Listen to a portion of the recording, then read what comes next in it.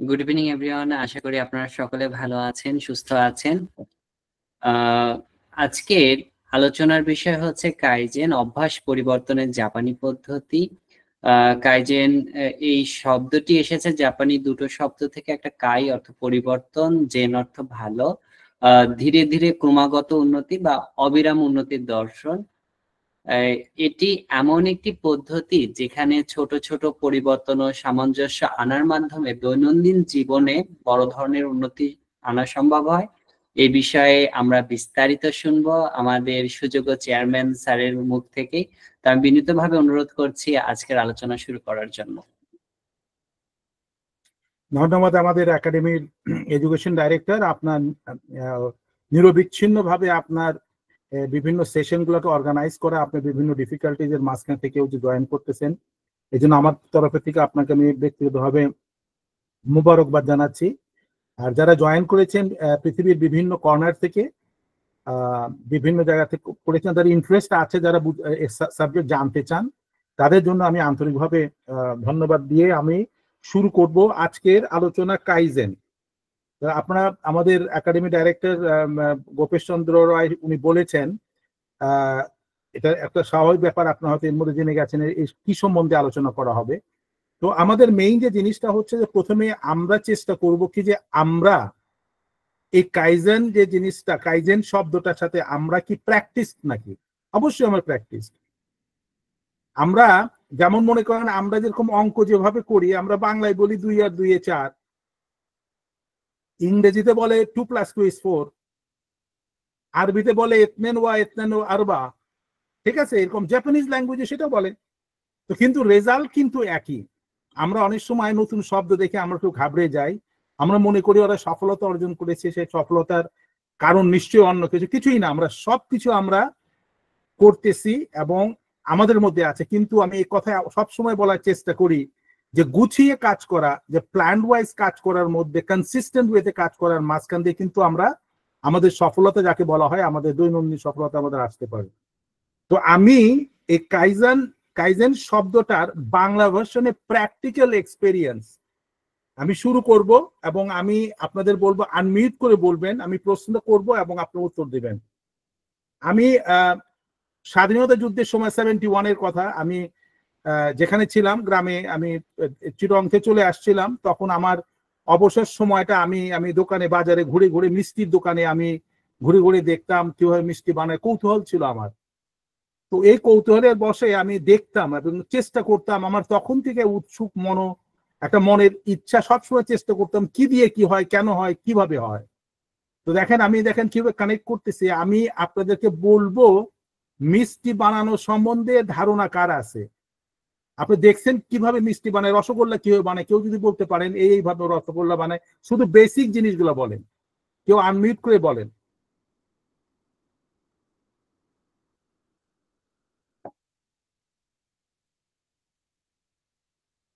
যে কেউ আনমিউট করে বলেন কি কি লাগে বলেন।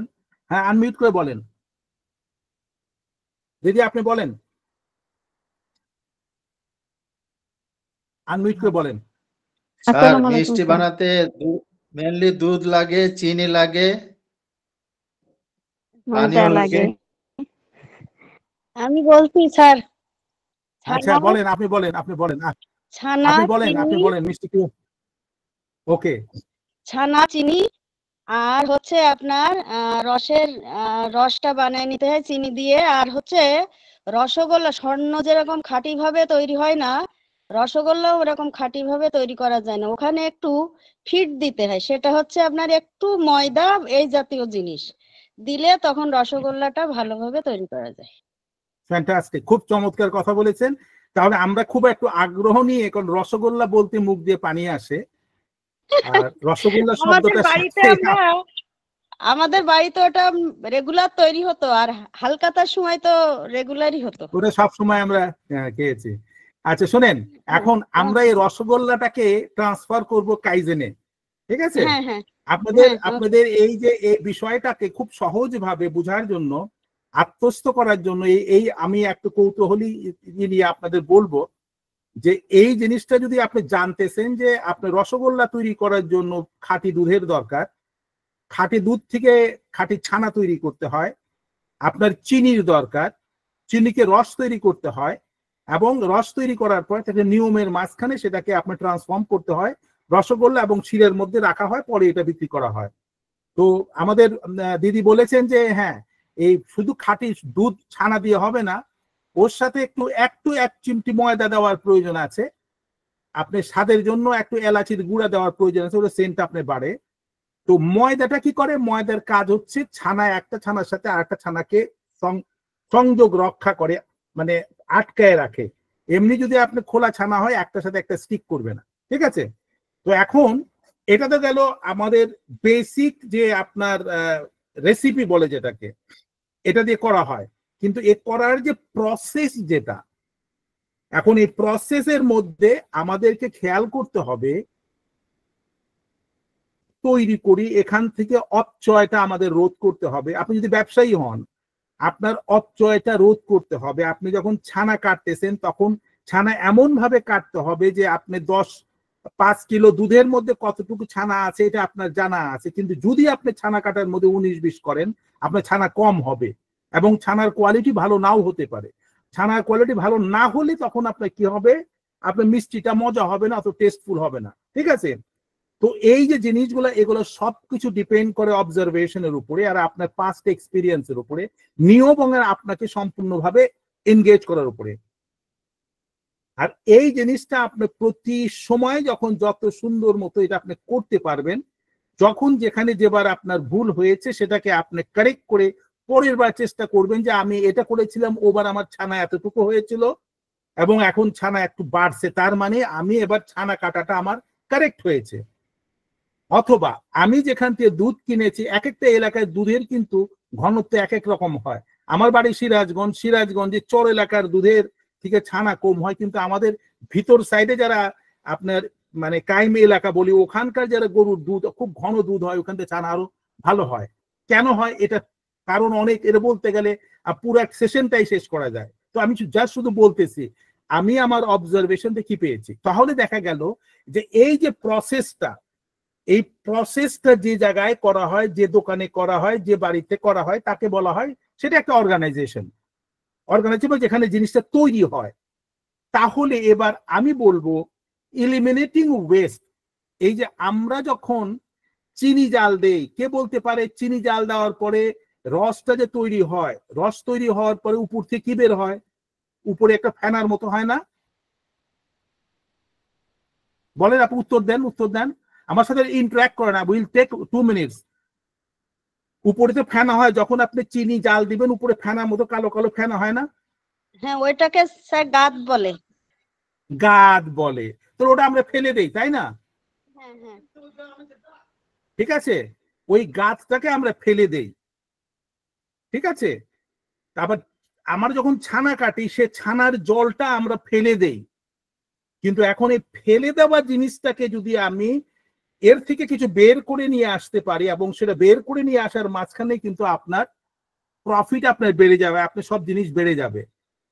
যেমন আপনি যে জানেন যে ছানার উপরে যে গাছটা আছে, সেই গাছটা যখন তারা তুলে তুলে নিয়ে একটা টিনের বক্সের মধ্যে তারা প্রথমে ফেলে, যারা আপনি মিষ্টি দোকানে গেছেন খেয়াল করবেন, ওটা কিন্তু ফেলে, ওটা কিন্তু তারা ফেলে দেয় না।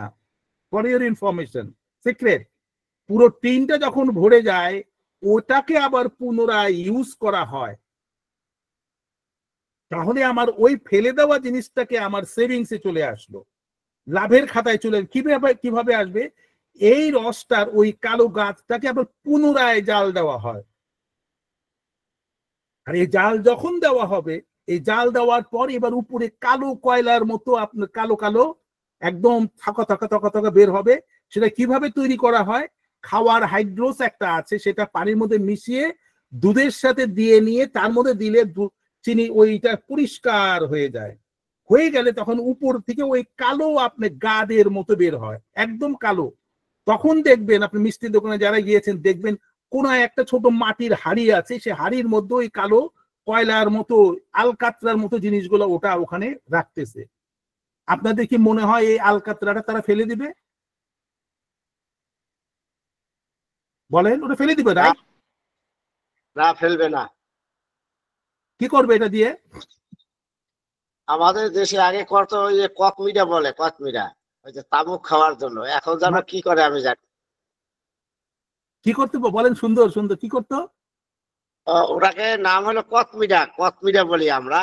আর ওটা দিয়ে তামুক খাইতো আগে, তামুক, তামুকের সাথে মিলে। ঠিকই আছে, ওই তামাকের মধ্যে, হ্যাঁ তামাকের মধ্যে মিশায় নিয়ে ওটা করে। আপনি বিউটিফুল।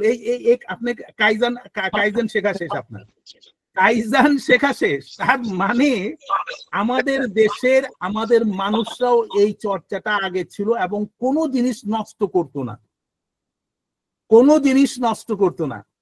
আমি কেন আপনাদের এই গল্পের ছলে নিয়ে আসছি, আপনারা যদি সেটাকে যদি রিকল করতে পারেন, একটু অবজারভেশন স্কিলটা বাড়াতে পারেন, আপনি তখন বুঝতে পারবেন যে আপনারা কি পরিমাণ জিনিস আমরা ওয়েস্ট করতেছি এবং আমাদের অভাব সেখান থেকে তৈরি হচ্ছে।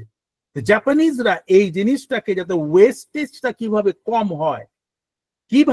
হয় সেটার যে প্রসেস তারা করছে তা নিয়েই আমরা আলোচনা করব। দেখা যাক তাহলে। আমি আপনাদের বলতেছি, শুনেন। এই যে মিষ্টির যে প্রথমে যে আপনি গাছটাকে আবার পুনরায় ফিল্টার করে যে রসটা তৈরি হলো, সেই রস দিয়ে কি করে আপনি জানেন? এই যে মজার জিলেবি খান, এই শিরাটা হয় ওই গাছের থেকে তৈরি। জিলেবি, গরম গরম জিলেবি যেটা খান, পিওর চিনির থেকে তারা জিলেবি তৈরি করেন। মিষ্টির দোকানে, হালাইয়ের দোকানে তারা প্রথম যে মিষ্টি, যে ফার্স্ট প্রসেস যেটা আছে, সেটা দিয়ে রসগোল্লা তৈরি করবে। গাছ দিয়ে, সে গাছকে ফিল্টার করে ওই রস দিয়ে জিলেবি বানাবে।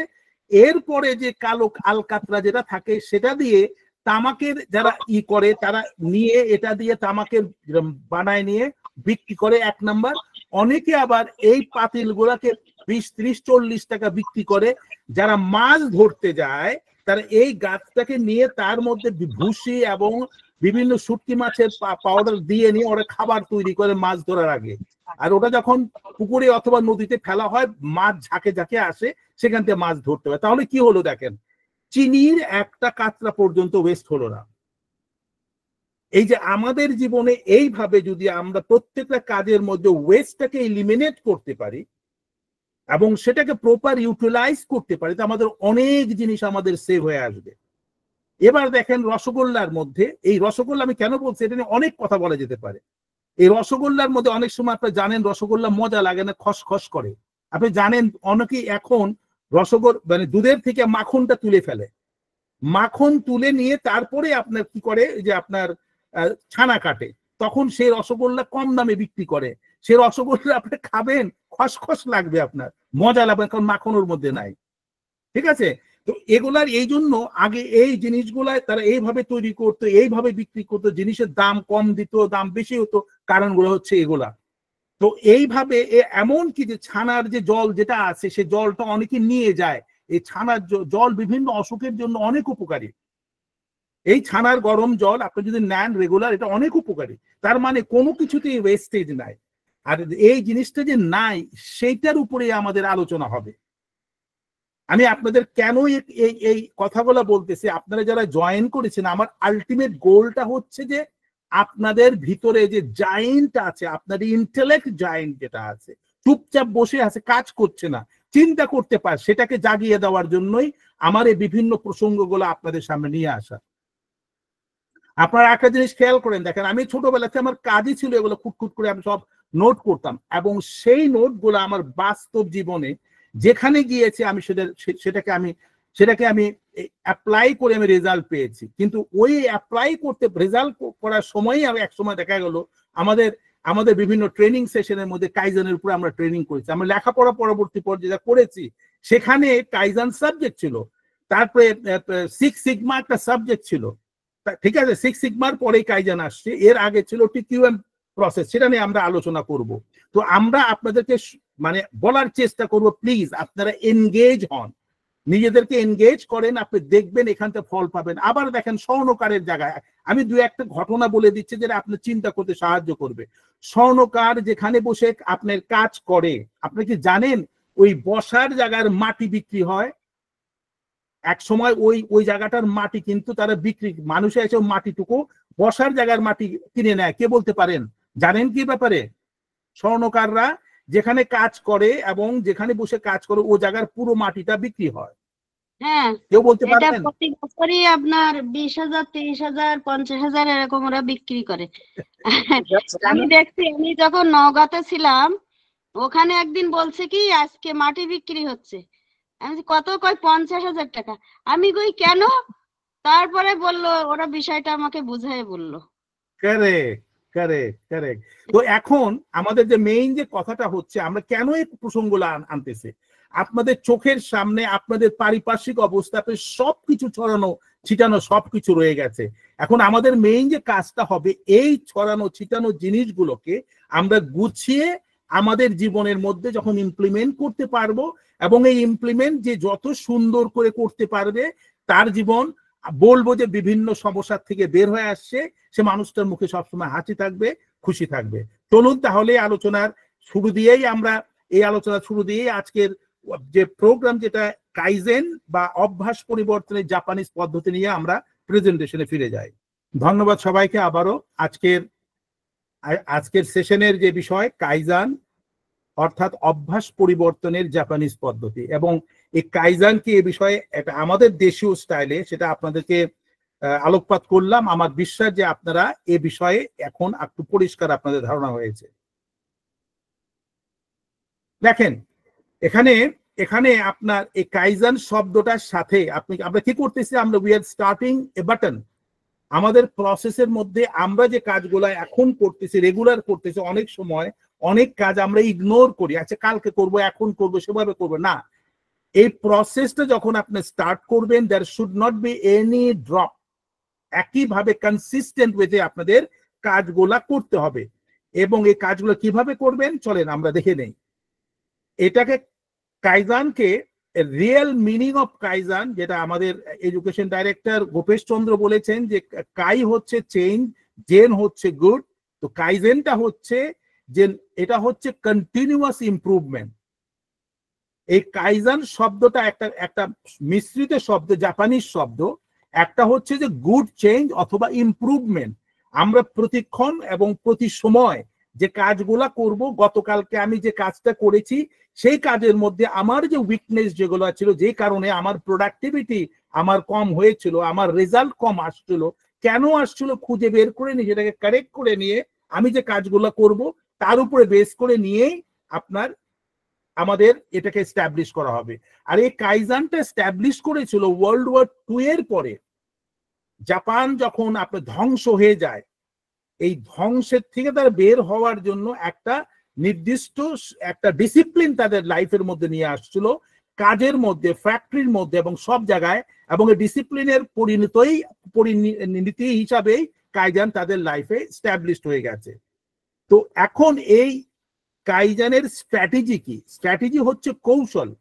আমি কাইজানটা যে আমি এস্টাবলিশ করবো, এর কৌশলটা কি? এর মধ্যে 1 নাম্বার কৌশলটা হচ্ছে ইলিমিনেটিং ওয়েস্ট। এই যে আমরা দুধের গল্প করলাম, দুধের মধ্যে কোনটা ওয়েস্ট আছে, চিনির মধ্যে কোনটা ওয়েস্ট আছে, এবং সেই ওয়েস্টটাকে আমরা কনভার্ট কিভাবে করলাম, তারপরে আপনার জিনিসের প্রপোর্শনেট রেট দিলাম কিভাবে, এবং এই প্রসেসগুলো প্রপারলি যদি আমি না করি, যেমন দুধের আপনি ছানার মধ্যে পরিমাণ মতো ময়দার পরিমাণ বেশি ময়দা যদি হয়ে যায়, মিষ্টিটা হার্ড হয়ে যাবে, আবার ময়দা না দিলে মিষ্টিটা জমবে না। এই যে জিনিসগুলা সূক্ষ্মভাবে এই জিনিসগুলো আমাকে এস্টাবলিশ করতে হবে।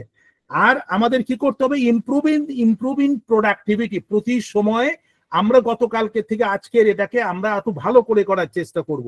তারপরে achieving sustain continual improvement in targeting activities. অর্থাৎ আমাদের থাকবে যে আমি লক্ষ্য হচ্ছে যে আমি এই আজকের দুধের থেকে আমি কি পরিমাণ কতটুকু ছানা তৈরি করব, এবং প্রতিদিন যখন ছানা তৈরি করার পর ওজন করার পরেই আমি বুঝতে পারবো যে আমি আজকে যে দুধটা কিনেছিলাম, দুধটা যখন চেক করেছিলাম, যারা এক্সপার্ট তারা কিন্তু দুধে হাত দিলেই বলতে পারে, কালার দেখলেই বলতে পারে। এবং এরপরে একটা বিষয় আছে যে যার কাছ থেকে দুধ নিচ্ছে তার গরুর অবস্থাকে বুঝে নিয়েও তারা কাজ করে। এটা কিন্তু নন স্টপ, এটা কাউকে কেউ ট্রেন্ড আপ করে। আমাকে কেউ ট্রেন্ড আপ করে নেই 1971 সনে। এটা আমার কৌতূহল থেকেই আমি শিখেছি, দেখেছি, এবং ওই শেখাটাকে আমি আমার কর্মজীবনে বিভিন্ন জায়গায় আমি অ্যাপ্লাই করেছি। এটাই হচ্ছে যে আপনার এর স্ট্র্যাটেজি। কি বলতেছে এখানে দেখেন, 6টা পয়েন্ট আছে। এই কাইজানের স্ট্র্যাটেজির মধ্যে 6টা পয়েন্ট আছে। প্রথম কথা হচ্ছে, আপনি যখন কোনো জায়গায় আপনার ব্যবসা হোক অথবা আপনার অফিস হোক অথবা আপনার বাড়িতে হোক, যদি আপনি কোনোটা সমস্যায় পড়েন, প্রথমে আপনার কাজ কি করতে হবে দেখেন, 1 নাম্বার কি বলতেছে যে আইডেন্টিফাই দ্য প্রবলেম। আমরা আসলে বিষয় হচ্ছে কি জানেন, আমরা সিস্টেমেটিক যেতে চাই না। আমাদের কথা হচ্ছে কত তাড়াতাড়ি ও বলে দিবে আমি ট্যাবলেট খাই আমি ভালো হয়ে যাবো। No, you need to identify the first the problem. প্রথমে সমস্যাকে চিহ্নিত করুন। এরপরে কথা হচ্ছে 2 নাম্বার হচ্ছে অ্যানালাইজ কারেন্ট প্রসেস। এরপরে 2 নাম্বারটা হচ্ছে আপনি কিভাবে এখন কাজ করছেন সেটাকে ডিফাইন করেন, করে নিয়ে দেখেন আপনার জানা মতে অথবা আপনার এক্সপার্টের জানা মতে এখান থেকে নতুন ভাবে কিছু করা সম্ভব কিনা। ওই অ্যানালিসিসের মাঝখান দিয়ে আপনি একটা পথ পাবেন। এবং 3 নাম্বারটা হচ্ছে ক্রিয়েট দ্য সলিউশন। আর এই যে আপনি অ্যানালাইজ করার পর যে সলিউশনটা আপনার কাছে আসলো, উনি বলে দিল অথবা আপনি দেখলেন এই কাজটা এভাবে করা যায়, তখন সেটাকে নোট করেন এবং পরের দিন কাজ করার সময় একইভাবে সেই কাজটাকে গুছিয়ে আপনাকে করতে হবে। ঠিক আছে? তারপরে যখন আপনি এই সলিউশনটা পেলেন, পাওয়ার পরে যখন এটাকে রান করলেন, টেস্ট রান করলেন, দেখবেন যে হ্যাঁ এই রানের রেজাল্টটা কি আসতেছে। যারা ম্যানেজমেন্টের স্টুডেন্ট আছে তাদের জন্য খুবই উপকারী। আর যারা আপনারা প্রথমবার শুনতেছেন তারা আপনি খেয়াল করলে কিন্তু মিলায় দেখার চেষ্টা করবেন। আপনাদের জীবনের সাথে মিলায় যদি চেষ্টা করেন এই জিনিসটা আপনাদের জন্য সহজ। তাহলে এটা টেস্ট রান করার পর আপনি দেখবেন যে রেজাল্ট যেটা আসতেছে, এই রেজাল্টে যদি দেখেন যে ঠিক হচ্ছে, দেন ইউ কন্টিনিউ। তারপরে হচ্ছে যে measure and analyse the result. এবং ফাইনালি যখন দেখা গেল যে এই জিনিসটার আমি গতকালকে থেকে আজকের রেজাল্টটা ভালো আসছে এবং কতটুকু ভালো আসছে এটাকে আমাদের লিখে রাখতে হবে। তারপরে 2 দিন 3 দিন পরে এটাকে একটা স্ট্যান্ডার্ড সেট আপ করতে হবে, যেটা 6 নম্বর উল্লেখ করতেছে স্ট্যান্ডার্ডাইজ দ্য সলিউশন। এরপরে বলতে হবে যে এখন থেকে আমি ছানা কাটার পরে এত কিলো দুধের মধ্যে 10 কিলো দুধের মধ্যে আমি মিনিমাম 3 কিলো আমি ছানা আমার হতে হবে। যদি না হয় তখনই আমি বুঝতে পারবো যে আমাদের দুধটা ভালো ছিল না, অথবা দুধ কাটাটা ঠিক হয় নাই, অথবা প্রিজার্ভিং ঠিক হয় নাই। এগুলো হচ্ছে যে নিয়ম, অর্গানাইজেশনের নিয়মগুলো আপনি যখন সেট করবেন তখন আপনি আস্তে আস্তে বুঝতে পারবেন। এবার চলে আসে কাইজানটা কিভাবে কখন এটা আপনি আবিষ্কার হয়। এটা 1980 সনে জাপানিজ কার কোম্পানি টয়োটা কোম্পানি যখন তাদের ওয়ার্ল্ড মার্কেটে এরা যখন আগে ব্রিটিশ গাড়ি, আমেরিকান গাড়ি, জার্মান গাড়ি, ইটালিয়ান গাড়ি যখন হোল ওয়ার্ল্ড ডোমিনেট করতেছিল, জাপান তখন খেয়াল করলো যে কেন তাদের এই গাড়ি এরা নিবে। তখন তারা হোল ওয়ার্ল্ড এর মার্কেটকে রিভিউ করে নিয়ে তারা নতুন ভাবে কিছু একটা প্রসেস তৈরি করলো। বললো যে আমাদেরকে পৃথিবীর অন্য দেশ যেভাবে যে গাড়ির কোয়ালিটি অফ কার তারা দিচ্ছে, তাদের পারপাস যেটা আছে তার থেকে ভালো কিছু দিতে হবে, কিন্তু কম্পিটিটিভ প্রাইসে তাদের দিতে হবে। তখন তারা জাপানিজরা তখন এই প্রসেসটা তারা শুরু করেছিল। আমার অভিজ্ঞতা আছে 1982 সনে আমি দুবাই ইন্টারকনে ছিলাম। আমি দেখতাম টয়োটা কোম্পানির অনেক যারা টপ ক্লাস আপনার অফিসাররা ছিল, তারা সারাক্ষণ মিডল ইস্টের মধ্যে মুভ করতো। আমাদের হোটেলেও ছিল, তারা ইংলিশ ঠিক মতো বলতে পারতো না। তখন আমি দেখেছি যে তারা কিভাবে ধীরে ধীরে এর প্রসার ঘটানো শুরু করলো। তখন আমেরিকান গাড়ি, জার্মান গাড়ি এদের সেল কমা শুরু করলো, জাপানিজ গাড়ির আপনার পপুলারিটি বাড়া শুরু হলো। কেন? Fuel consumption com, cost is less, maintenance cost is less, comfort is better, air condition is better. তার মানে কি, তারা নন স্টপ যে জায়গায় অন্য গাড়িগুলো এই গরমের দেশে যে ডিফিকাল্টিজ অন্যরা ফেস করে সেটাকে ক্যাপচার করে নিয়ে সলিউশন নিয়ে যখন তারা আসলো, তো জাপানিজ গাড়ি কোম্পানি তারা সফলভাবে তারা হোল ওয়ার্ল্ড মার্কেটটাকে ক্যাপচার করলো। এখন দেখেন এই প্রসেসটাকে 5টা এজ দিয়ে আপনি ডিফাইন করা হয়েছে। 5টা এজ দিয়ে ডিফাইন করা হয়েছে। এই 5টা এস কি? একটা এস হচ্ছে সেইরি। দেখেন এই যে এই ক্রিমি আপনার ব্রাউনিশ কালার যেটা এই যে আপনার এটা আছে, যে এই সেইরি হচ্ছে সর্ট অর ক্লাসিফাইং। প্রথমে আপনার সমস্যাকে ডিফাইন করার যে কথা আমি বললাম সেটাকে করতে হবে। একে জাপানিজ ভাষায় বলা হয় সেইরি। এর পরের যে ওয়ার্ডটা জাপানিজ ভাষায় সেটাকে বলা হয় সেইথন হচ্ছে এটাকে আপনার কি স্ট্রেদেনিং, অর্থাৎ এটাকে শক্তিশালী করা, প্রসেসটাকে শক্তিশালী করার যে প্রসেস সেটাকে বলা হয় সেইদেন। এরপরে যে ওয়ার্ডটা আছে জাপানিজ ভাষা সেটাকে বলে সেইসো। সেইসো হচ্ছে পরিষ্কার করা, সুইপিং করা, স্ক্র্যাপিং করা, আপনি ক্লিন করা অথবা শাইনিং করা। এই প্রসেসটাকে বলা হয় সেইসো, জাপানিজ ল্যাঙ্গুয়েজে বলা হয় সেইসো। এরপরে ওয়ার্ডটাকে বলা হয় সেইকেটসু। সেইকেটসু অর্থাৎ স্ট্যান্ডার্ডটা আপনাকে মেইনটেইন করতে হবে। আপনি যে বানাচ্ছেন রেগুলার একই প্রসেসে একইভাবে একই স্ট্যান্ডার্ডে জিনিসটা আসতে হবে। আমি আজকে যে জিনিস দিলাম তার থেকে কালকে জিনিসটা খারাপ হবে, পরশু দিনের থেকে আরো খারাপ হবে। আমরা যেটা প্রমিস করলাম ডেলিভারি আমাদের আসলো না, এটা আমাদের ক্ষতি হবে। তো ওইটাকে সবসময় স্ট্যান্ডার্ডাইজ তারা করতো। এর লাস্ট যেটা আছে সেটাকে বলে সিটসুকে অর্থাৎ এটা সাস্টেইনেবল এবং সেল ডিসিপ্লিন, এবং এটা আমি মার্কেটে আনার পরে এটা কোনোভাবে মার্কেট থেকে সরে যাওয়ার কোনো সুযোগ নাই এবং সেটা থাকতে পারতেছে। আমরা এই কাইজেন সম্বন্ধে অলরেডি আলোচনা করেছি। Kai equal to change, zen equal to good. Kaizen is continuous improvement to change for the better. অর্থাৎ এদের কাজ হচ্ছে যে আমি আজকে একটা ভালো কাজ করে ফেললাম, আমি এখন ঘুমিয়ে যাব না, আমার ঘুমানোর কোনো সুযোগ নাই। অর্থাৎ আমাকে চেষ্টা করতে হবে আজকে আমি যতটুকু করেছি এটা তো থাকবেই, এটা কোম্পানি, কিন্তু আমরা প্রতিবারই এটা একটা ভালো সাইড, যেটা সে ভালো সাইডটা আমরা সামনে নিয়ে আসার চেষ্টা করব। এখন দেখেন আমরা কাইজেন নিয়ে কথা বলতেছিলাম, কিন্তু এই কাইজেন আসার আগে পৃথিবীতে বিভিন্ন অর্গানাইজেশনে আপনার এটার আগে এটাকে ইউজ করা হতো, যেটাকে বলা হয় বিভিন্ন অর্গানাইজেশনে TQM, টোটাল কোয়ালিটি ম্যানেজমেন্ট। ঠিক আছে, এই অ্যাপ্রোচ যেটা আছে, এই অ্যাপ্রোচ দিয়ে তারা কনফার্ম করতো যে আমার যে প্রোডাকশন যেটা আসতেছে প্রতিটা প্রোডাকশন গত প্রোডাকশনের মতোই হতে হবে অথবা এর থেকে ভালো কোয়ালিটি হতে হবে। এর যে প্রসেসটা তাকে বলে TQM, টোটাল কোয়ালিটি ম্যানেজমেন্ট। আর এর জন্য প্রথম অবস্থায় দেখেন কেন আমরা টোটাল কোয়ালিটি ম্যানেজমেন্ট নিয়ে আমরা কথা বলছি, কেননা এই টোটাল কোয়ালিটি ম্যানেজমেন্টের ভোক্তা কাস্টমার। তো আমাদের কথা হচ্ছে যে কাস্টমারের কাছে আমি জিনিসটা নিয়ে আসব, তার উপরে আমাদের সবসময় নজর রাখতে হবে। কিভাবে নজর রাখবো? দেখতে হবে সে কতটুকু খুশি, তার এর জন্য উৎফুল্লতাটা কতটুকু, তার আনন্দ কতটুকু। আর যদি আনন্দ উৎফুল্লতা থাকে তাহলে আবারও আমার জিনিসটা বিক্রি হবে। তো যেই জন্য বলা হয় যে এই টোটাল কোয়ালিটি ম্যানেজমেন্টের মধ্যে customer satisfaction is very very important. সেই জিনিসটা দেখেন পিঙ্ক কালারের মধ্যে লেখছে কাস্টমার ফোকাস। এরপরে কথা হচ্ছে যে আমরা যখন কাজ করব আমরা রোবটের মতো কাজ করব না, আমরা কাস্টমারের সাথে 1-to-1 ইন্টারঅ্যাক্ট করব, তাদেরকে বুঝার চেষ্টা করব, তাদের চিন্তা চেতনার সাথে মিলিয়ে নিয়ে আমরা চেষ্টা করব যে তাকে স্যাটিসফাই করার জন্য। এখানেও কিন্তু দেখেন ওই পার্সোনাল ইনভলভমেন্ট ফ্যাক্টরটা আপনার রয়ে গেছে। দেখেন এগুলা আমাদের ম্যানেজমেন্ট স্কেলে এভাবে কথাগুলো বলা হয়, কিন্তু আমাদের দেশে গ্রামে কিন্তু আমাদের মা অথবা আমার বোনেরা অথবা ফুপু খালা দাদা দাদি অথবা নানি এরা যারা ছিল আগে কিন্তু তারা একইভাবে সবই কাজ করেছে, তারা কিন্তু এভাবে লিখে রাখে নাই, কিন্তু তাদের যে একটা প্রসেসটা, তাদের কৌতূহলটা নিবারণ করার জন্য তার পাস্ট এক্সপিরিয়েন্সটা এভাবে গেইন করতো। একটা মেহমান আসলে সে কিভাবে মেহমানের সাথে এন্টারটেইন করতো, তাকে টেক কেয়ার করতো এবং আন্তরিকভাবে, যার জন্য আগে কিন্তু মানুষ মেহমানদারি করতে পছন্দ করতো আর যারা আসতো তারা বারবার যাওয়ার চিন্তা করতো। কিন্তু এখন দেখেন ইট বিকাম সামথিং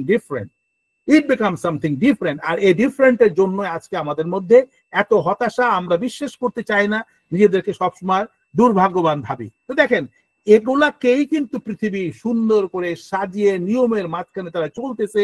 জাপানে দেখেন তারা কিন্তু এত কাজ করছে কোনো আওয়াজ নেই, জাপানে এত কাজ হচ্ছে কোনো আওয়াজ নেই। লং ট্রিপে তারা যখন যাচ্ছে প্রত্যেকের হাতে একটা বই দেখবেন, জাপানিজরা তারা পড়তে পছন্দ করে।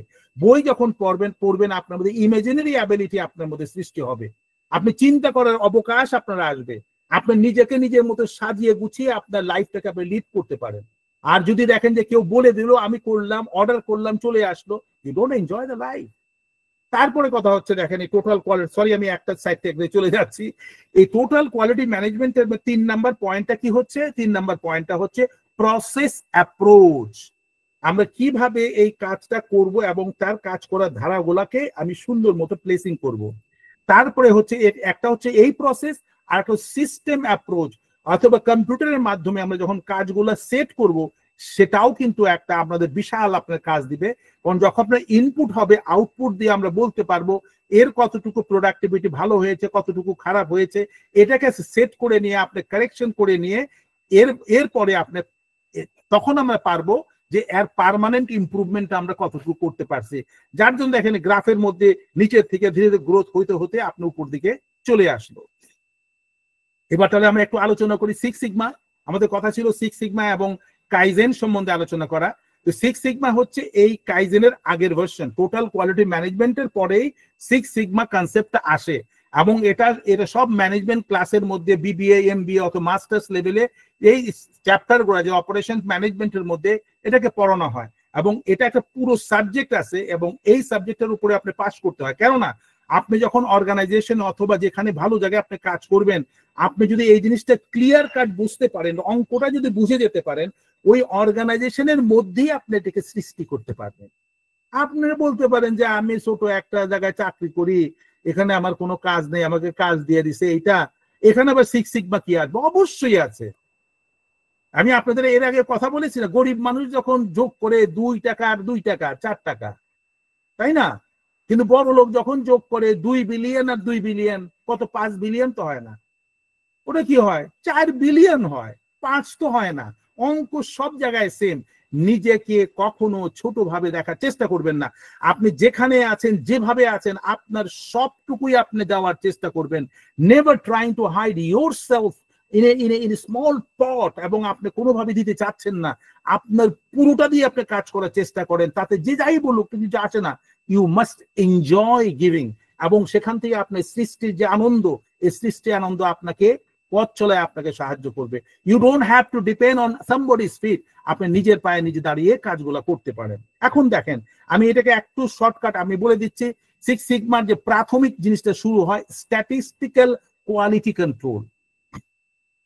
আসলে সব বিষয়গুলো বলতে ধীরে ধীরে বলতে হবে, তাহলে পুরো জিনিসটা আরো স্ট্যাটিস্টিক্যাল মানে কি পরিসংখ্যান।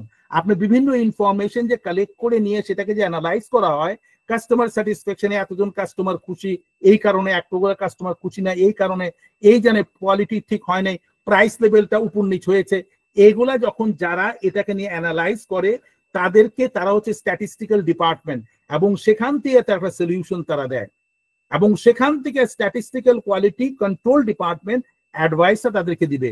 এরপর ম্যাথোডোলিক্যাল অ্যাপ্রোচ, এবং এটাকে নিয়মতান্ত্রিক ভাবে এবং কাজ কিভাবে করা হবে এই সিক্স সিগমার মধ্যে এটা সেট করে দেওয়া আছে। Fact and data based approach. আপনি সত্যি ঘটনাটা কি, কাস্টমার যে আনহ্যাপি, আপনার সেল কমে গেছে, আপনার সংসারে শান্তি নাই, অসম্ভব ধরনের ঝগড়া বিবাদ চলতেছে, এর আসল ফ্যাক্টটা, সোর্সটাকে বের করে এবং ক্রমান্বয়ে কতবার ঘটেছে বের করে নিয়ে একটা সমাধান করার যে একটা আপনার যোগ্যতা অথবা দেওয়ার যেটা পথ, এটাকে বলে ফ্যাক্ট অ্যান্ড ডাটাবেস অ্যাপ্রোচ। এটা আপনি যদি অর্গানাইজেশনে বলেন এই টেকনিক্যাল ল্যাঙ্গুয়েজে বলবেন, আপনি বাড়িতে বলেন আপনার স্টাইলে বলতে পারেন, কিন্তু আপনাকে সব সময় খেয়াল করতে হবে যে আপনার সৎ ইচ্ছা থাকতে হবে বের করে সমাধান করার। এই মনোবৃত্তি থাকলে আমরা যে কোনো ধরনের কঠিন অবস্থা থেকে আমরা বের হয়ে আসতে পারি। এরপরে বলতেছে যে project and objective based focus. আর আমরা যখন কোনো বিষয় করতে চাচ্ছি, আমরা দেখতে হবে এক এক ধরনের প্রজেক্টের এক এক ধরনের আপনার সুবিধা অসুবিধার ব্যাপার আছে, এক এক ধরনের সমস্যার ব্যাপার আছে। এখন আমি গত প্রজেক্টে কাজ করেছি এভাবে, এবারও আমি কাজ করব এভাবে বলে যদি করেন, দেখো পুরো উল্টো হয়ে যাবে। কারণ প্রত্যেকটা প্রজেক্টের নেচার, তার প্রকৃতি এবং তার সময় সুযোগ এবং তার ডেন্সিটি যেটা, এটা বিভিন্ন রকমের হয়। তখন সেটা বেস করে নিয়ে কিন্তু ওই যে ম্যাথামেটিক্স আমার বুঝতে হবে যে এই জায়গায় এই জিনিসটা ম্যাথামেটিক্স কিভাবে আসবে, সেইভাবে সেট করে নিয়ে আপনি সে ফোকাস থাকতে হবে। এরপরে কাস্টমার ফোকাস, এটা আগেও আমরা বলেছি যে কাস্টমার ফোকাসটা টিকিউএম এর মধ্যে ওটা আছে। Customer focus is the main thing, কারণ তারাই আপনাকে ব্রেড অ্যান্ড বাটার তারাই আপনাকে দিচ্ছে। ফাইনালি যে জিনিসটা আসতেছে সেটা হচ্ছে team work approach to quality management. আমরা অনেক সময় মনে করি আমি সব বুঝি আর কেউ বুঝে না, আমি বলে দেব ও কাজ করবে, সে জায়গায় সফলতা আসবে না। আপনি যখন আপনার প্রত্যেকটা টিমকে আপনার চিন্তা চেতনার মধ্যে আপনি যখন মিশিয়ে নিতে পারবেন, তখন আপনি দেখবেন তার মাঝখান থেকেও আপনি শেখার অনেক স্কোপ পাবেন। তারা যখন যখন সব মিশে যাবে, তখন তার থেকে অনেক ভালো কিছু আসবে। যেমনি ভাবে আমরা একাডেমিকে করার পরে প্রথম যখন শুরু করি আমাদের কোনো কিছুই আমাদের কাছে ক্লিয়ার ছিল না, একমাত্র ওই হোমিওপ্যাথি প্র্যাকটিস কিভাবে করব, অথবা তার ট্রিটমেন্ট কিভাবে করব, অথবা কিভাবে কি করা যায়, এইটুকুই সীমিত ছিল। কিন্তু আমরা দেখতেছি এখন আমাদের দিন দিন প্রতিদিন আমাদের এটা কিন্তু চেঞ্জ হচ্ছে।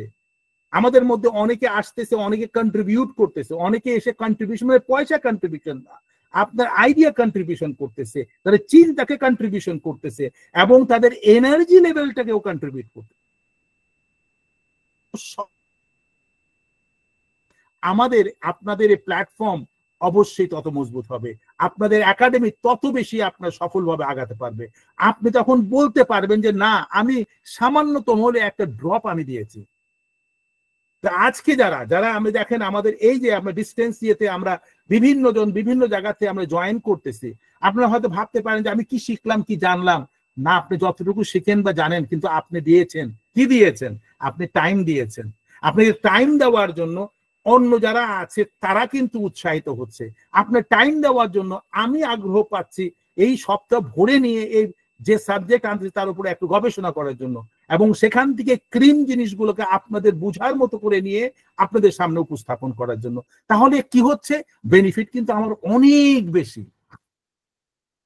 কেননা আমি 7 দিন এটা নিয়ে চিন্তা ভাবনা করে আমার পুরো গবেষণার মধ্যে এই জিনিস, তখন আমি নিজেকে প্রতিদিন ট্রাই করতেছি। আপনারা সপ্তাহের একটা দিন যারা ভাবতেছেন যে, অনেকে তো বলেন যে আমি রান্না করার সময় আমি দেখতেছি, আমাদের মধ্যে অনেক আপারা আছেন, দিদিরা আছেন, তারা এটা কোনোভাবেই তারা ছাড়তে চায় না, তার মানে তাদের বেনিফিটটাও তেমনি ভাবে। আর যারা বলতেছে আচ্ছা ঠিক আছে আমি দেখে নিব নে, ইউটিউবে দেখে নিব, এই ইজ এ গন কেস। আপনার যারা পার্টিসিপেশন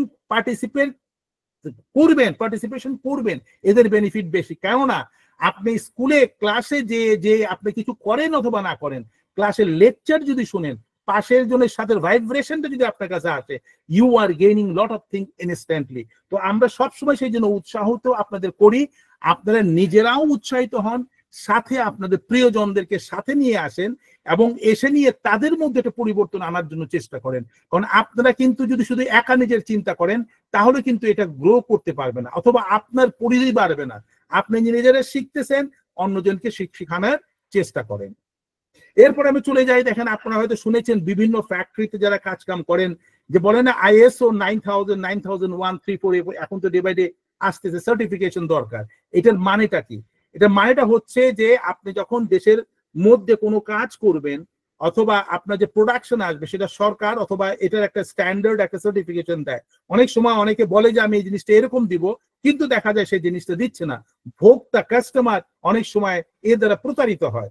আর ইন্টারন্যাশনাল মার্কেটে এই জিনিসটাকে ধরে রাখার জন্য যারা যে মনে করেন আমাদের বাংলাদেশে গার্মেন্টস আছে, অন্যান্য ফ্যাক্টরি আছে, এর প্রোডাকশনের জন্য তারা সার্টিফিকেশনটা নেয়। আর এই সার্টিফিকেশনের জন্য কি কি করতে হয় দেখেন, এখানে বলতেছে যে এই সার্টিফিকেশনের জন্য আপনার একটা অ্যাপ্লিকেশন আপনার সাবমিট করতে হবে, তারা আসবে, প্রি অ্যাসেসমেন্ট আপনার করবে, তারপরে আপনার যে ডকুমেন্ট যেটা আপনি সাবমিট করলেন যে আমরা আমাদের ফ্যাক্টরিতে এইভাবে কাজগুলো করি, তখন তারা টেস্ট চেক করবে, করে নিয়ে বলে আপনার লেখার সাথে কাজের কতটুকু মিল, এবং সেটা দেখে তারা আপনার সার্টিফিকেশন দিবে।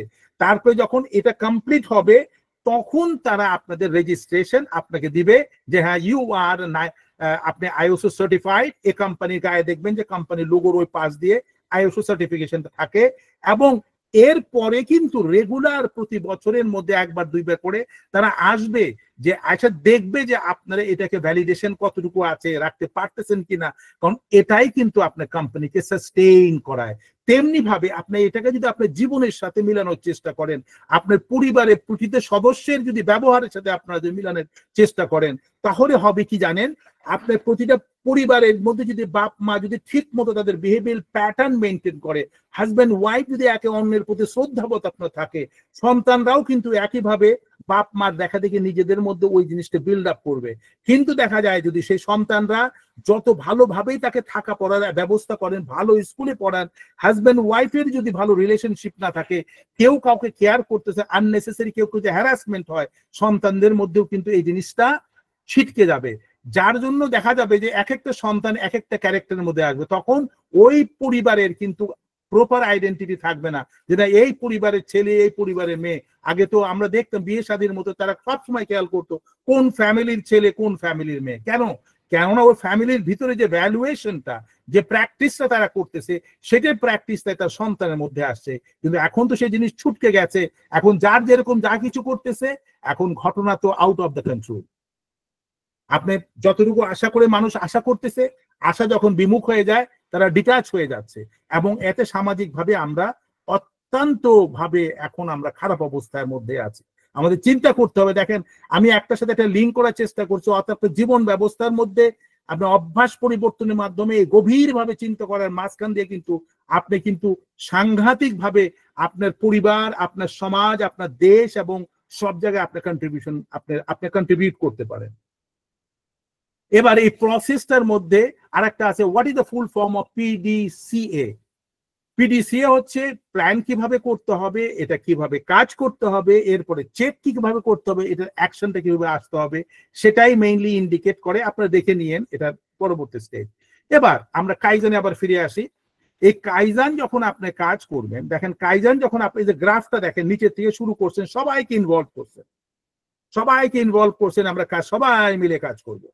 এখন দেখা গেল যে প্রোডাক্টিভিটিটা অ্যাচিভিংটা যেভাবে আপনি উঠছেন সেভাবে হয় না, এটা নিচে নেমে আসছে, একটা জায়গায় স্থির হলো। দেখেন এই যে ডটটা নিচে নেমে আসছে, প্রোগ্রেস আপনার হয়েছে, কিন্তু যেভাবে উৎসনে সবাই আসছিল সেভাবে কিন্তু রেজাল্টটা আসে নাই। এর পরবর্তী পর্যায়ে কনসিস্টেন্ট ওয়েতে যখন কাজ করে শুরু করলো, রেগুলার ওয়েতে দেখেন এখান থেকে এই জায়গাতে লাভ দিয়ে চলে গেল কোথায়, উপর দিকে শুট করলো। Because the consistent way working, যার জন্য এই প্রোডাক্টিভিটি রেজাল্টটা কনসিস্টেন্ট ওয়েতে বেড়ে উপরে চলে গেল। এরপরে দেখা গেল প্রতিদিন ইনক্রিমেন্টাল ইমপ্রুভমেন্টস আর দেয়ার। আর এই ইনক্রিমেন্টাল ইমপ্রুভমেন্টসটা ফাইনালি দেখেন এখান থেকে রেগুলার থেকে কোথায় ইমপ্রুভমেন্ট কোথায় শুট করলো, এবং এটা কনসিস্টেন্ট। এখানে যায় আপনি ব্যবসা করেন, বাণিজ্য করেন, স্কুলিং করেন, ফ্যামিলি করেন, সব জায়গায় আপনি এই গ্রাফটাকে ম্যাচ করতে পারেন। যখন দেখতেছেন যে রেগুলার আপনার পরিবারের মধ্যে এভাবে একে অন্যের সাথে ইন্টারাক্টটা ভালো আসতেছে, একে অন্যের প্রতি কেয়ারিংটা বাড়তেছে, আপনি পরিবারের মধ্যে আত্মীয় স্বজনের মধ্যে আপনার একটা সম্পর্কের মধ্যে একটা আসতেছে, কোনো বিভেদ থাকতেছে না, তখন when you look this graph আপনি বুঝবেন যে কাইজান প্র্যাকটিস আপনার মধ্যে রয়ে গেছে। এই যে আপনার একজন নামকরা লেখক, রাইটার, ক্যাটালিস্ট এন্ড গাইড, হিটার অ্যাশ আমরা, দেখেন এগুলো আসলে আমি এটা পড়তেছিলাম, এর বায়োগ্রাফি পড়তেছিলাম, পড়ার পরে আমার পুরো completely I been out of my thinking even. এ মেয়েটার যে ব্যাকগ্রাউন্ড, সে তার লাইফে থেকে কিভাবে সে এত বড় নাম করে লেখক হলো এবং কেন হলো, কারণ সে আসলে সত্যি যে জিনিসটাকে সেটাকে উপলব্ধি কিভাবে করেছিল সেটার রিফ্লেকশনটা তার বইয়ের মধ্যে দিচ্ছে। সে কি বলতেছে দেখেন, সে রিফ্লেকশনে একটা কমেন্ট সে দিচ্ছে, চেঞ্জ ইজ ইনএভিটেবল। ইনএভিটেবল মানে অবশ্যম্ভাবী বা অনিবার্য, পরিবর্তন কিন্তু অবশ্যই আপনার জীবনে আসবে, but transformation is a conscious choice. আপনার নিজের মধ্যে যে ফুললি ট্রান্সফর্ম করবেন, এটা হচ্ছে আপনার চেতনার মধ্যে যে আপনার যে বিষয়টা রয়েছে আপনি ফিল করতে পারেন আত্মার থেকে, সেখান থেকে আপনার এই ট্রান্সফরমেশনটা আসতে পারে। গতকালকে আপনি কি ছিলেন, আজকে ডিফারেন্ট পার্সন হচ্ছেন, এটাকে ফিল করার জন্য আত্মার সাথে আত্মার সংযোগ ঘটাতে হবে। আর এই ঘটনার জন্য যদি আপনি তৈরি থাকেন, যেখানে থাকেন না কেন, যেভাবে থাকেন না কেন, you will be able to do it. এখন আমরা তাহলে আর একটা জায়গায় চলে আসি। এই দেখেন কাইজান যেটা আছে, এই কাইজানের পরেও কিন্তু আরো প্রসেস জাপানে এরা করছে। কাইজান হচ্ছে ছোট ছোট ভাবে আপনার অগ্রগতি নিয়ে যাওয়া যায়, যেটাকে লটস অফ স্মলার চেঞ্জ, ছোট ছোট চেঞ্জের মাঝখানে যায় আপনি একটা পরিশীলিত অবস্থা যায় নিয়ে কনসিস্টেন্সি আপনি আনতে পারেন। এরপরে কাইজানের পরে আসতেছে কাইকাকু, অর্থাৎ আপনি কন্টিনিউয়াস ইমপ্রুভমেন্ট থাকবে, কিন্তু এটার এফেক্টটা আর বেশি হতে হবে, আবার কাইজান থেকে আরো বেশি হতে হবে। তারপরে আরেকটা প্র্যাকটিস তারা করে জাপানিজরা, তাকে বলে কাকুসিন, অর্থাৎ কনভিকশন, এবং তাদের মধ্যে থাকতে হবে যে আমি এরপরে আমি নতুন কিছু করার চেষ্টা করব। দেখেন এই তিনটা কে দিয়েই কিন্তু কথাটা আছে, কাইজান আছে, কাইকাকু আছে, এন্ড কাকুসিন আছে। এবং এর মাঝখানে দেখেন জাপানিজরা কনসিস্টেন্ট ওয়েতে তারা কিন্তু প্রোগ্রেস এই কারণে করেছে, কারণ তারা যেটা আবিষ্কার করে সেটাকে তারা বিলিভ করে এবং সেটাকে তার লাইফের মধ্যে এটা পার্ট অফ দ্য লাইফ তারা করে নেয়। এখন দেখেন এই স্লাইডটার মানেটা কি হচ্ছে, এই যে আমি আপনাকে বলেছি না যে আমার অভ্যাস ছিল ছোটবেলায় ঘুরতাম দেখতাম, ওখানে বসে আসি, কামারে কি কাজ করতেছে, কুমারে কি কাজ করতেছে, এটা আমার অভ্যাস ছিল। আমাকে বলতে কি করছে, ঘুরতেছি, ওখানে কামার কিভাবে এসে আপনি বানাচ্ছে, কেন বানাচ্ছে, কতটুকু গরমের মধ্যে, এরকম ছোটবেলার কথা বলতেছি। কুমার কিভাবে মাটিকে শেপ করতেছে, দেখতে হবে, আপনার দেখতে হবে। এই দেখাটাকে আপনার জীবনের সাথে আপনি যত চমৎকার ভাবে মিলাবেন, জীবন যখন বাড়া শুরু করবে তার সাথে যখন মিলানোর চেষ্টা করবেন, আর এই মিলানে পারলেই আপনি কাইজেনের যে ফর্মুলার কথা বলতে আমরা চলে আসতেছেন। আর যখন মিলাতে পারবেন না কি করবেন, আস্ক, জিজ্ঞেস করেন এই জিনিসটা কেন হচ্ছে, প্রশ্ন করেন। আর যখন প্রশ্ন করতেছেন, এই প্রশ্ন যাকে করতেছেন তাকে একটা রেসপেক্ট দেন। আপনি প্রশ্নটা করার পরে সে যেটা বলতেছে এটাকে বিশ্বাস করেন এবং বিশ্বাস করে নিজের মধ্যে অ্যাডপ্ট করেন। ঠিক আছে, আমি শুনে গেলাম, বলে গেলাম, কথা বলেছে, আমি ঝাঁকি দিয়ে চলে গেলাম, it indicates that you are not been fully engaged. এই জন্য যেখানে যান, যে অবস্থায় যান, দেখেন, দেখাটাকে একটা প্রসেস ভেবে নিয়ে আপনার জীবনের কোন জায়গায় এই দেখার রিফ্লেকশনটা আসতে পারে, যেখানে বুঝবেন না প্রশ্ন করেন। এই জন্যই আমি আপনাদেরকে সেশনের পরে সবসময় বলি প্রশ্ন করেন, জিজ্ঞেস করেন, তাতে আপনার ফুল এনগেজমেন্ট আসবে, বেনিফিট আপনাদেরই বেশি হবে আমার চেয়ে। এবার ফিলোসফি অফ দি কাইজেনে কি বলতেছে দেখেন, developing a culture where all employees are actively engaged in improving the company. এখানে কথা হচ্ছে একটা কোম্পানি যদি সফল যদি আপনি করতে চান, তার মধ্যে যে ইন্টারনাল যে কালচার, আপনি দেখবেন বিভিন্ন জায়গায় কাজ করে, বিভিন্ন অ্যাক্টিভিটিস করে, পিকনিকে যায়, কেউ ওখানে যায়, কেউ ওখানে যায়, একে অন্যের বার্থডে সময় গিফট দেয়, তারপরে স্পেশাল ফুড ফেস্টিভ্যাল করে। কেন করে? একে অন্যের সাথে কেন অর্গানাইজেশনের মধ্যে সবাই কোনো এক ফ্যামিলির না, বিভিন্ন জায়গায় বিভিন্ন কালচারে বিভিন্ন পরিবেশের মানুষ সেখানে আসে। ভালো যা অর্গানাইজেশন তারা এটাকে ইউনিফর্ম করে, মানে একটা জায়গায় নিয়ে আসে এবং সেই জায়গাকে তারা আইনের মধ্যে করে দেয়, তোমাকে রেগুলার প্র্যাকটিস গুলো করতে হবে। তুমি যখন আসতেছো তোমার কোম্পানি, তোমার এই ড্রেসটা তোমার হওয়া দরকার। তুমি যখন আসতেছো তোমার হাতের নখগুলো কাটা থাকতে হবে, চুল সেট প্রপারলি থাকতে হবে, বডি ক্লিন থাকতে হবে, তুমি ফ্রন্ট লাইনে যদি কাজ করো। এইভাবে সবগুলাকে আপনি ভাগ ভাগ করে দেওয়া হয়। আর রুটিন ওয়াইজ যখন আপনি কাজগুলো আপনি করা শুরু করবেন, আপনার মধ্যে যে ট্রান্সফরমেশনটা আসবে, সেই ট্রান্সফরমেশন রেজাল্টটা কে পাবে? কোম্পানি পাবে। আর এখানে যত বেশি মানুষকে, টিমকে যত বেশি ফোকাস করা হবে, আমি আপনাদের বলতেছি আমার লাইফে, আমার অর্গানাইজেশনের মধ্যে আমার যে মেইন ফিলোসফি ছিল, আমার টিম, হোল টিম যারা আমাদের গেস্টকে সার্ভ করবে, তাদের প্রত্যেকটা বিষয়কে আমি সবসময় অ্যাটেন্ড করতাম। আর এটা করার জন্য আমার টিমকে আমি উৎসাহিত করতাম। আর এই উৎসাহের জন্য তারা ফুর্তিতে কাজ করতো, রেজাল্ট আসতো। তার মানে কি, কোম্পানি সবসময় শুট করতো, ভালো রেজাল্ট করতো। আমরা wish to get lot of award because of that. আর অ্যাওয়ার্ড পেলে তো অটোমেটিক্যালি টিমের জন্য যদি কিছু করতে চাই, এটা করা সম্ভব। তো কথা হচ্ছে যে আপনাকে প্রথমে প্ল্যান করতে হবে, দেওয়া শিখতে হবে, এনগেজ করতে হবে সবাইকে। আপনি বুকে জড়ায় নিয়ে আপনি কাজ যত করতে পারবেন, সে জায়গায় পরিবার যেরকম ভাবে সুন্দর থাকতে পারে, তেমনি ভাবে সমাজ সেভাবে সুন্দর থাকতে পারে, দেশ থাকতে পারে। আপনি যে অর্গানাইজেশনে কাজ করতেছেন সেই অর্গানাইজেশন ভালো কাজ করতে পারবে। আপনি যদি সবসময় যদি ভাবেন এই যে মালিক এত টাকা কামাই করতেছে, আমাদের দিচ্ছে না, কারণ মালিক কোনো সময় আপনার সাথে কথা বলে না, অথবা মালিকের কাছে আপনার কোনো প্রবলেম আছে সেই কথা শুনে নাই, অথবা যে মালিক যাকে ম্যানেজার রাখছে সে শুধু মালিককে খুশি করার চেষ্টা করছে, আপনাকে করেন না, এই যে বিচ্ছিন্ন যে স্বভাবটা, এর জন্য ম্যাক্সিমাম কোম্পানি ফেল করে। আমাদের দেশের মধ্যে এটা দেখা যায়, আমাদের বাঙালি চরিত্রের মধ্যে আছে, যখন পয়সা আসে রাইট অ্যান্ড লেফট আমরা কাউকে দেখার চেষ্টা করি না। কিন্তু দেখেন আপনি অন্য দেশে আপনি যে ডিসিপ্লিন গুলো যারা মেনটেন করে, আমরা কেন সে ডিসিপ্লিন গুলো নিব না? আর এইটা যত আপনি নিতে পারবেন, আপনার নিজের লাইফটাকে যেভাবে সুন্দর করতে পারবেন, পরিবারকেও সুন্দর করতে পারবেন, এবং ইনফ্যাক্ট আপনার আত্মার কাছে আপনি ইউল বি স্যাটিসফাই, এবং আত্মার কাছে আপনি ভালো থাকবেন। এটা গেল ফিলোসফিক্যাল ব্যাপারটা, এটা কেন ডেভেলপমেন্ট কালচারটা করা দরকার। Action plan, organising events, focus on improving specific area within the company. আমি অলরেডি কভার করেই ফেলেছি। Dual nature of the kaizen system, এখানে দুই রকম। আপনার একটা আছে অ্যাজ অ্যান অ্যাকশন প্ল্যান, আপনি কিভাবে এটা করবেন, আর একটা হচ্ছে ফিলোসফি, এটা আমরা আলাপ করলাম। একটু ডিটেলস পড়ে নিয়েন। এখানে আপনার কাইজান সম্বন্ধে বলতেছে, the Kaizen philosophy assumes that our way of life, be it our working life, our social life, or our home life, deserves to be constantly improving. আপনি দেখেন আমি কিন্তু পড়ি নাই, কিন্তু আমি তার কথাটা কিন্তু আমার ভাষায় কিন্তু বাংলায় কিন্তু বলে দিলাম। What he says is a famous quotation.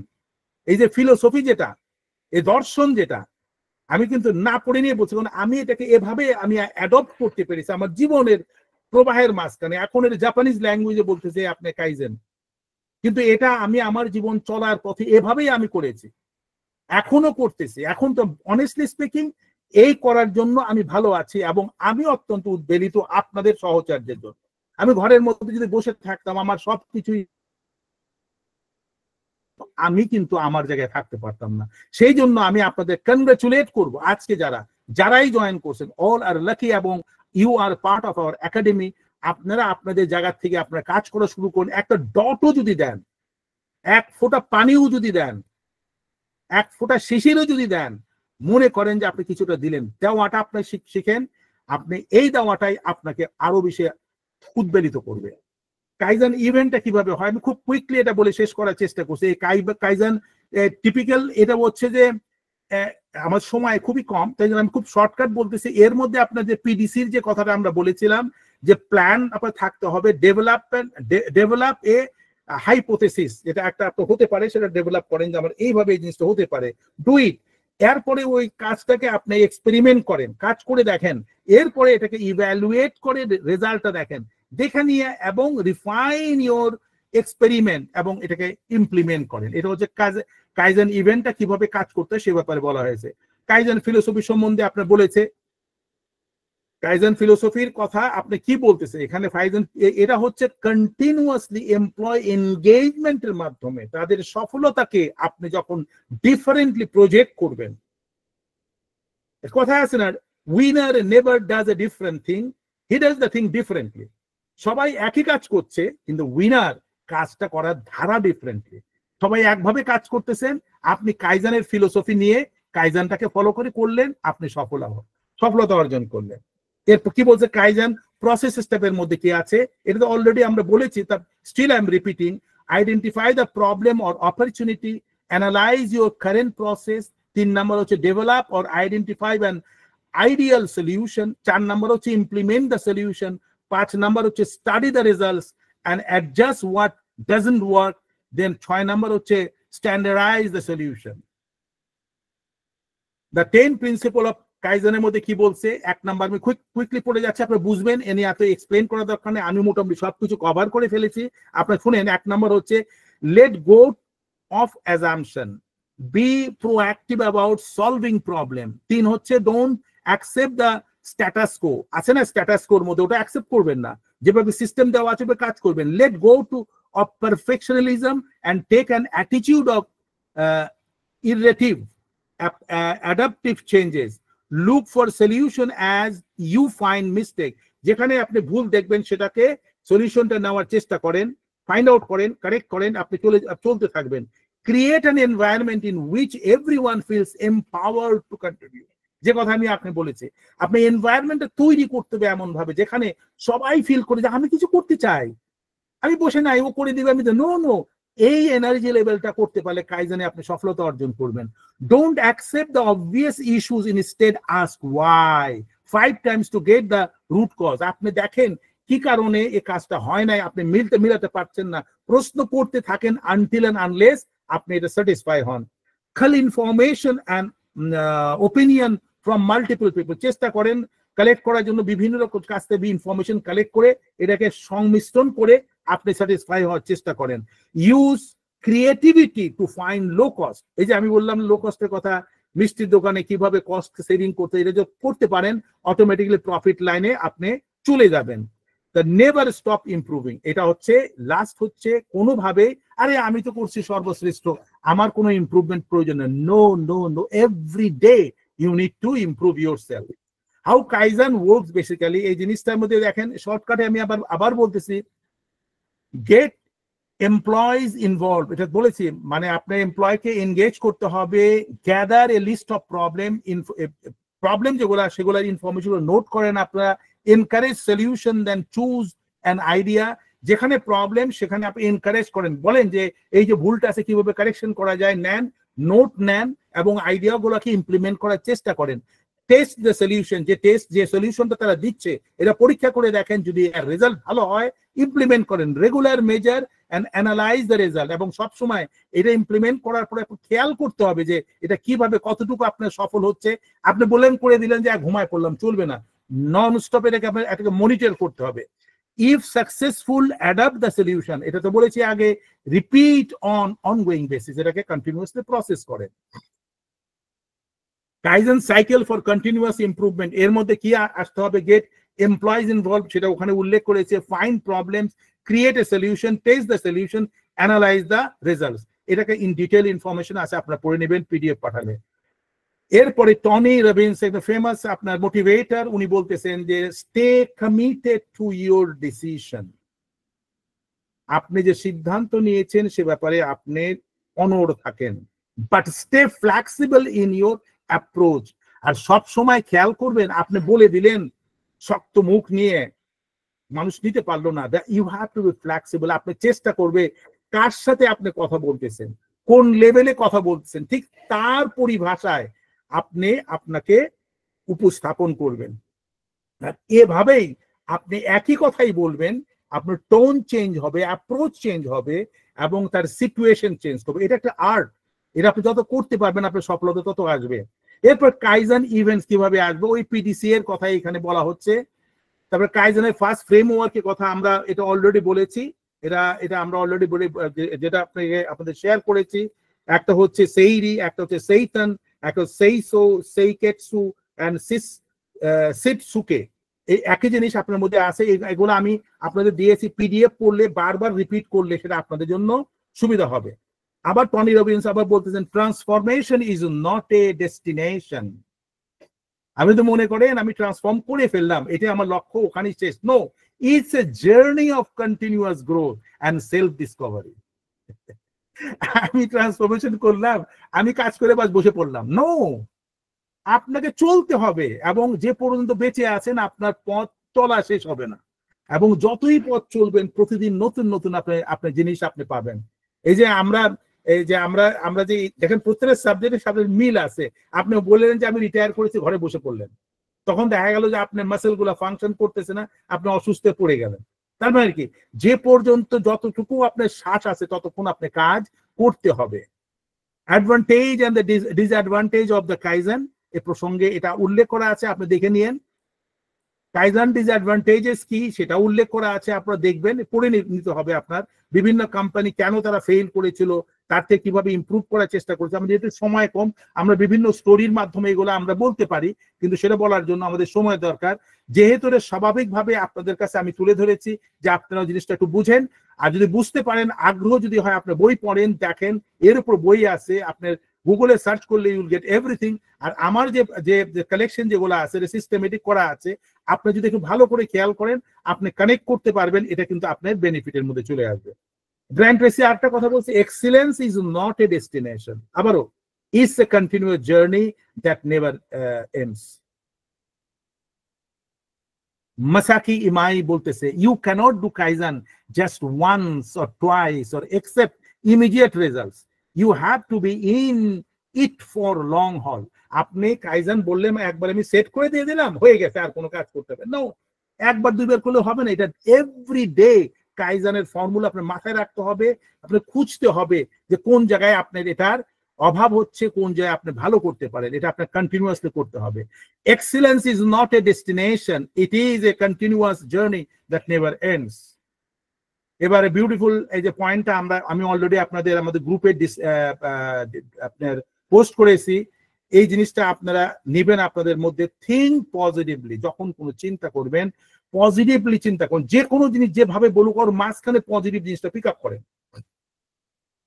আপনি যদি নেগেটিভটা নেন, আপনি জানেন না ওই সাবজেক্ট নিয়ে আমি আগামীতে আলাপ করবো, যেটা আপনি কিভাবে ইনফ্লুয়েন্স করেন আপনার মহাবিশ্বের থেকে আপনি জিনিসটা আপনি অ্যাট্রাক্ট, আপনি যেটা চিন্তা করবেন সেটা অ্যাট্রাক্ট করতেছেন।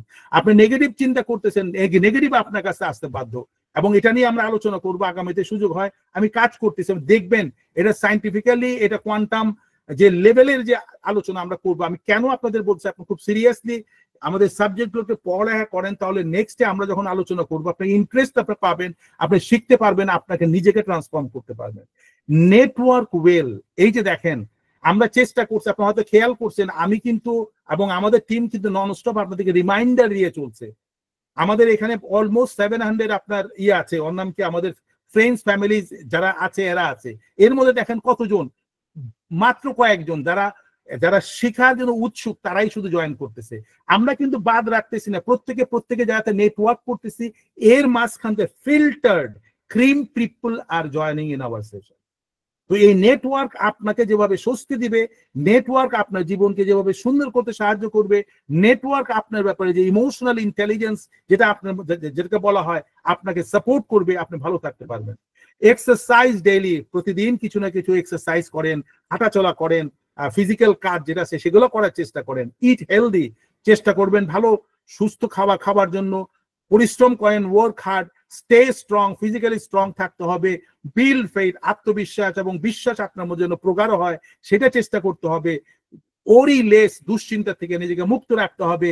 রিড মোর, ওই যে পড়ার কথা বললাম, আমাদের তো পড়ার অভ্যাস একবারে নেই। আমরা হচ্ছে শর্টকাট কতটুকু পাবো বাটন প্রেস করে নিয়ে চলে যায়, এটা কিন্তু স্টে করে না। বই পড়ার অভ্যাস আপনাদের করতে হবে। একটা বই যদি ভালো লাগে তা 10 বার করে পড়েন, আপনি 10 বার 10 রকম ভাবে সে বইটার থেকে আপনি ইনফরমেশন পাবেন। সবসময় নিজেকে খুশি রাখার চেষ্টা করবেন, বি হ্যাপি, ভলেন্টিয়ার ফ্রিলি। কারোর জন্য কিছু যে করতেছেন পয়সার বিনিময়ে করবেন না, সবকিছু ব্যবসা না। আমরা যে প্ল্যাটফর্ম করেছি এখানে কোনো পয়সার কোনো ব্যাপার না, আমরা এনজয় করতেছি। আপনারা যে জয়েন করতেছেন, আমি নিজে তো সাংঘাতিক ভাবে খুব এনজয় করি।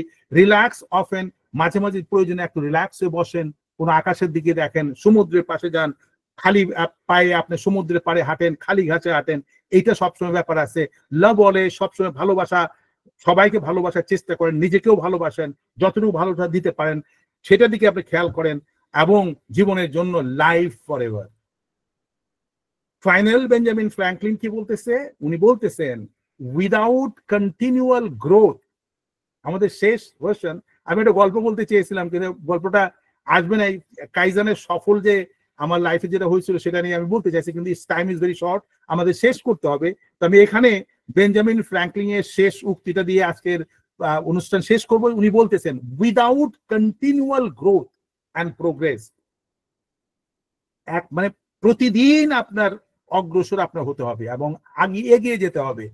such word as improvement, আমরা বলি না আমার ইমপ্রুভমেন্ট করতে হবে, অ্যাচিভ করতে হবে, এবং সাকসেস যদি এইটা বলি এবং সফলতা আসতে হবে, এর কোনো মিনিং নাই যদি আপনি সেটাকে ইমপ্লিমেন্ট না করেন। না আমার ইমপ্রুভমেন্ট করতে হবে, আমাকে অ্যাচিভ করতে হবে, আমার জীবনে সফলতা আসতে হবে, কিন্তু আমরা এটা কাজ করতে রাজি না, এর কোনো মানিং নাই। কে বলেছেন? Benjamin Franklin. বলে আজকের অনুষ্ঠানের সমাপ্তি ঘোষণা করছি। আশা করি আপনারা কিছুটা হলেও এই কাইজান কি বুঝতে পেরেছেন। ধন্যবাদ।